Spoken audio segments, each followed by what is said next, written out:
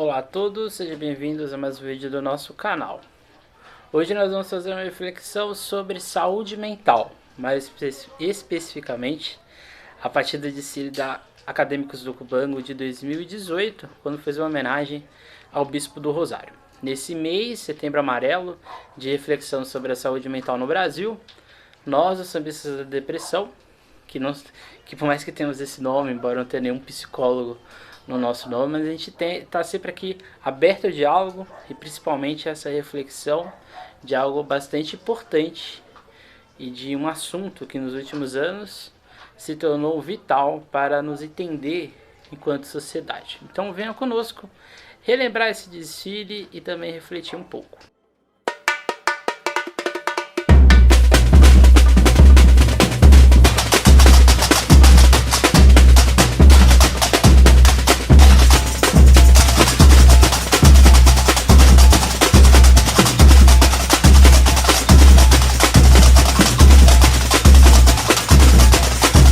Bem, Acadêmicos do Cubango é uma escola de samba da cidade de Niterói, a uma ponte da cidade do Rio de Janeiro.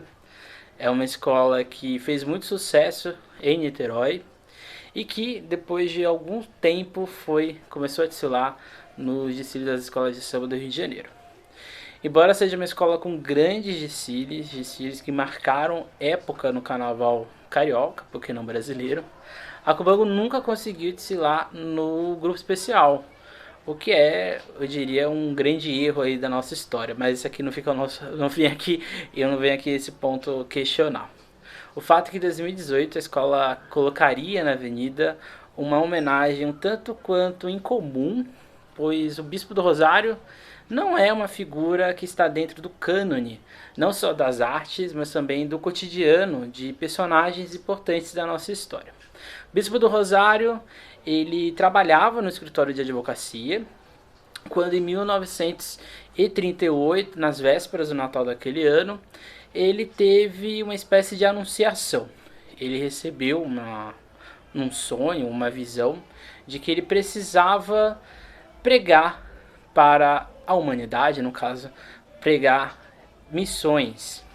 E assim ele vai iniciar uma peregrinação por diversas igrejas até o Mosteiro de São Bento, em que ele vai ser preso no então Hospital Pedro II e depois levado para a colônia, onde ele vai ficar por quase 50 anos na sua vida. Então assim, a Cubango levava um personagem negro, um artista pouco reconhecido, pouco conhecido na história do Rio de Janeiro e na história do Brasil, e trazia também uma dupla de carnavalescos que iria revolucionar o carnaval da escola, e hoje são praticamente, no meu ponto de vista, os carnavalescos que estão no melhor momento, que é exatamente o Leonardo Bora e o Fernando Haddad.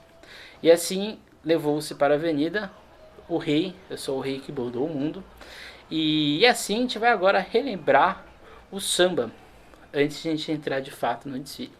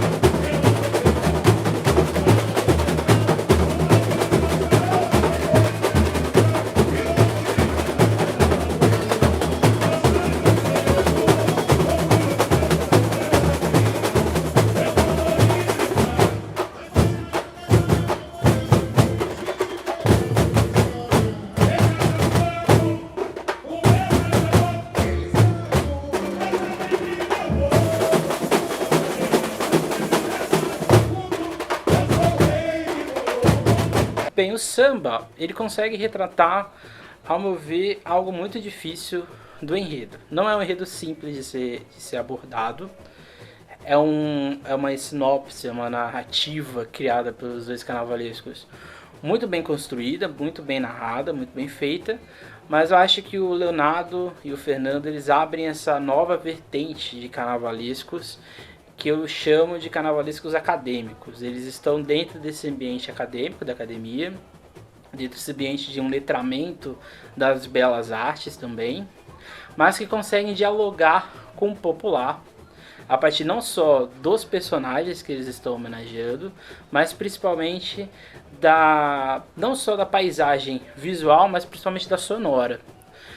A Cubango tem excelentes sambas enredos e esse não deixa de ser um deles. Então ele consegue narrar de forma muito bem feita uma narrativa que não é tão simples de ser explicada e de apresentar um personagem que, conforme a gente vai ouvindo e a gente vai vendo de Cine, a gente vai ficando sempre num questionamento, né, de por que eu não conheço Bispo do Rosário, porque ele não é tão divulgado como outros artistas existentes.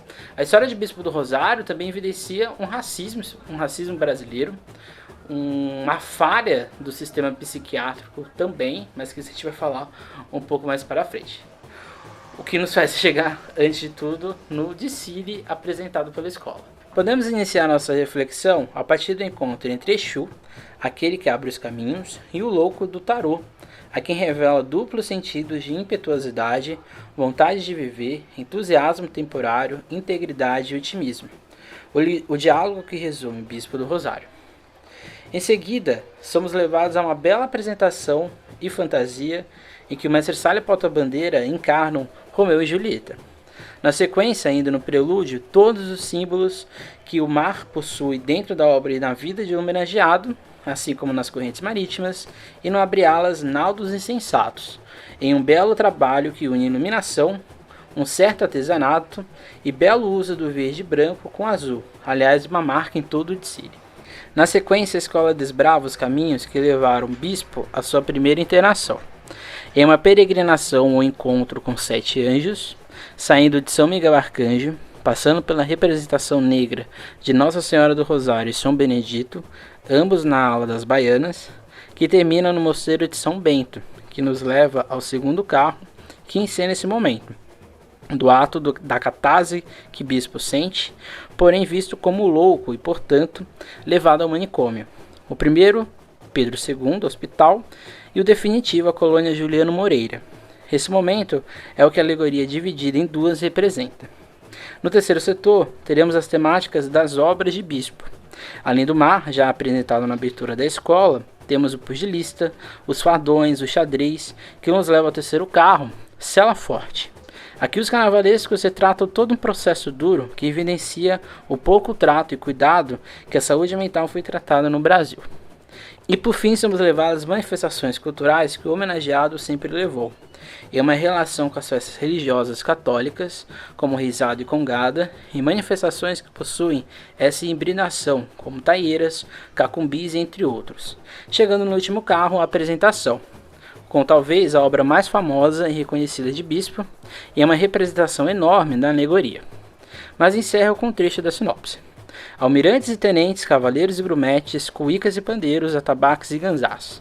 A escola cuja bandeira existe um livro sendo escrito a pena, historicamente comprometida com a exaltação da afro-brasilidade, veste o fardão em verde, a imortalidade canta um profeta negro, pobre, marginalizado, excluído, aprisionado, que fez do corpo o estandarte e descortinou a aura. Eu sou o Rei dos Reis, ator Bispo do Rosário. Bem, o desfile da escola termina numa 5ª colocação. Aqui não vem ao caso saber se foi justo ou não. O que é importante a gente ter em mente é que o Bispo do Rosário, ele foi talvez uma das poucas pessoas que conseguiram, vamos dizer assim, não se dar bem, mas eu diria que vencer o estigma da esquizofrenia no Brasil. O louco, como ele era conhecido, ou esquizofrênico, ou essas pessoas degradadas, como eram tratadas, desde o período imperial, ali no século XVIII para o XIX, não só do período imperial, mas também no colonial, o ser louco, né, o estar fora de uma saúde mental, era tratado no Brasil como um verdadeiro indigente. A maioria deles eram mendigos, eram jogados nas ruas, não existia um tratamento específico. Aliás, tratamento que vai surgir de fato a partir ali do final do 18, mas especificamente no século 19. Então, se a pessoa tinha um problema, e esse problema, vamos dizer assim, era tolerável, ela literalmente era jogada na rua. E se a pessoa tivesse algum problema que pudesse, vamos dizer assim, causar um mal-estar na segurança pública, essa pessoa era aprisionada. Os primeiros hospitais específicos para essa parte psiquiátrica ou para esse tratamento da saúde mental dessas pessoas vai surgir apenas ali da transição do 19 para o século 20. Os dois principais talvez seja o Pedro II e o que vai existir em Barbacena.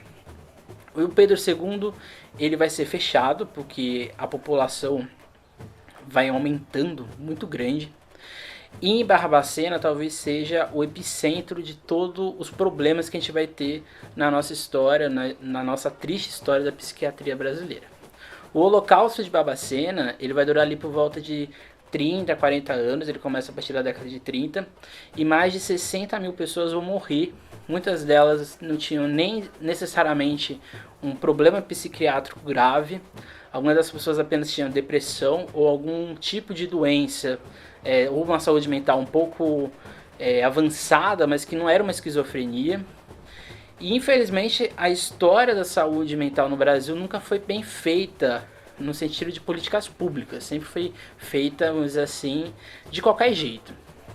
A gente pode citar aqui nomes como Nícia da Silveira ou Osório César, que foram pioneiros exatamente no trato artístico ou na inserção das artes para o trato de pessoas com esquizofrenia ou de pessoas com um transtorno um pouco mais grave, como foi o caso do Bispo do Rosário, em que ele de fato transformou aquilo que para muitos seria um problema numa solução, numa possibilidade de ele passar o que ele sentia para esculturas, bordados e telas.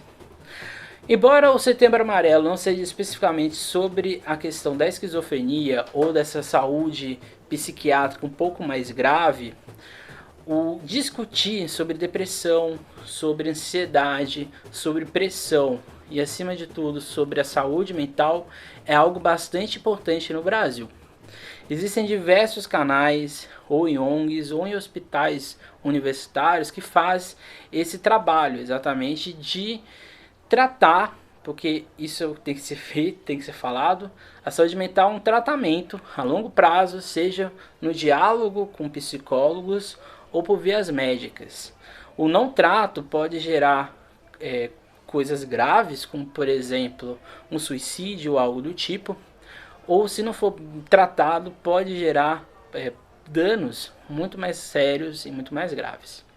A gente deixa aqui, como sempre, alerta o CVV, o Como Vai Você, através do 188, 188, número exatamente para contato e diálogo, caso você esteja passando por uma dificuldade ou por qualquer outro pensamento um pouco mais grave para a sua vida.